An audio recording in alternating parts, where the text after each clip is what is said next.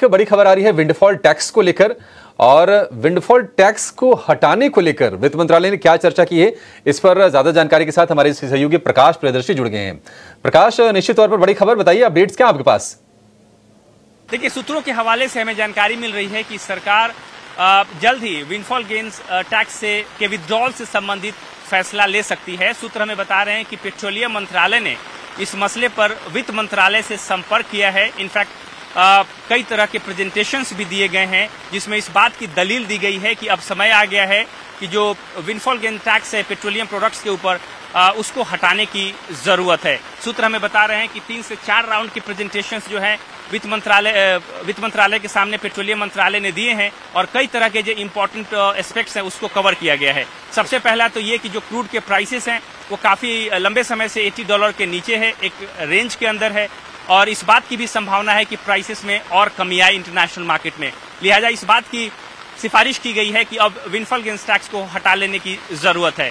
इसके अलावा इस बात की भी दलील दी है पेट्रोलियम मंत्रालय ने, जैसा कि हमें सूत्र बता रहे हैं कि अगर विंडफॉल गेन्स टैक्स को पेट्रोलियम प्रोडक्ट्स के ऊपर स्पेशली जो डोमेस्टिक क्रूड है उसके ऊपर से नहीं हटाया जाता है तो जो वर्ल्ड प्रोड्यूसर्स हैं, जो डोमेस्टिक प्रोड्यूसर्स हैं, उनके इन्वेस्टमेंट पर काफी नकारात्मक असर पड़ेगा।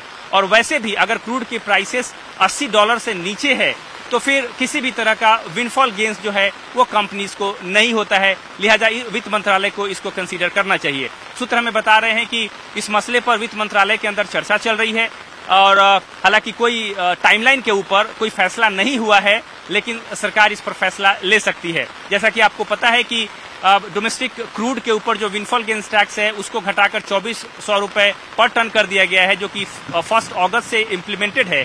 लेकिन काफी लंबे समय से पिछले कई महीनों से एटीएफ पेट्रोल डीजल के एक्सपोर्ट पर कोई भी विंडफॉल गेन टैक्स सरकार नहीं ले रही है। लिहाजा अब पेट्रोलियम मंत्रालय ने इस बात की सिफारिश की है कि इसको कंप्लीटली हटा लिया जाए।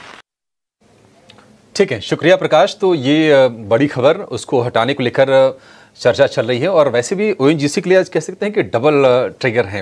एक तो ये खबर भी आपको बताई, थोड़ी देर पहले हमने आपको इसी स्पेस से जुड़ी एक और खबर आपको हमने बताई थी और ओएनजीसी ही उसका बेनिफिशियरी था। लेकिन कुछ स्टॉक्स जो आज नतीजों के दम पर दौड़ रहे हैं उसमें आप देखिए वोल्टास ने जो सुबह के गेंस थे उसको और कंसोलिडेट किया, लूज नहीं किया। ये दिखाता है स्ट्रेंथ को। 11% के आसपास की तेजी है वोल्टास के शेयर में।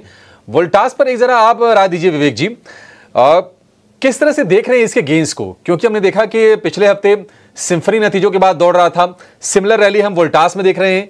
अच्छा, ये मॉनसून तो धीरे धीरे बीतने वाला है तो सर्दियों की तरफ हम जा रहे हैं, फिर ये तेजी किस वजह से आ रही है? देखिए, क्या हो गया था कि जो समर जो क्वार्टर था समर का और उसका रिजल्ट्स देख के सारी कंपनी चल रही है। मुझे लग रहा है कि यहाँ पे काफी अंडरवैल्यूएशन कई सेक्टर्स में है अभी भी। इनफैक्ट मुझे ध्यान है एक आध शो में मेरी बात भी हो रही थी कि जितने भी कंज्यूमर ड्यूरेबल कंपनीज है वहां पे पर्टिकुलरली व्हाइट गुड्स बनाती है, जो वॉशिंग मशीन्स, एसी और फ्रिज, उस टाइप की कंपनीज, वहां पे आपको काफी बेनिफिट देखने को मिलेगा क्योंकि एक हद तक मॉनसून भी अच्छा था। तो रूरल इंडिया के पास अगर पैसा आता है तो ये कंपनीज आपको बेनिफिट करेगी। आप खाली वोल्टास नहीं, आप उदाहरण के लिए 2 कंपनी का नाम और देता हूँ, उसके भी आप चार्ट्स देख लीजिए। आईएफबी है जो करीबन 800-900 चल रही थी, आज 2000 के ऊपर चल रही है। वर्लपूल है, ये सारी कंपनीज इसी सेक्टर की है। तो कंज्यूमर ड्यूरेबल काफी अंडर परफॉर्म कर रहा था और ये अब वापस उभर के आ रही है। तो मुझे लगता है कि हाँ, शॉर्ट टर्म में ये सेक्टर थोड़ा सा ओवरस्ट्रेच लग रहा है मुझे डेफिनेटली। तो मैं आज ही उतर के इसमें बाइंग करना नहीं चाहूंगा, लेकिन हाँ, ऑन डिप्स अगर मिलता है तो ये सारी की सारी कंपनीज मुझे लगता है कि अगले 5 साल तक आपको काफी रनअप ऊपर दिखाने वाली है। तो व्हाइट गुड्स पे आपको सही में नजर रखनी चाहिए। ठीक है।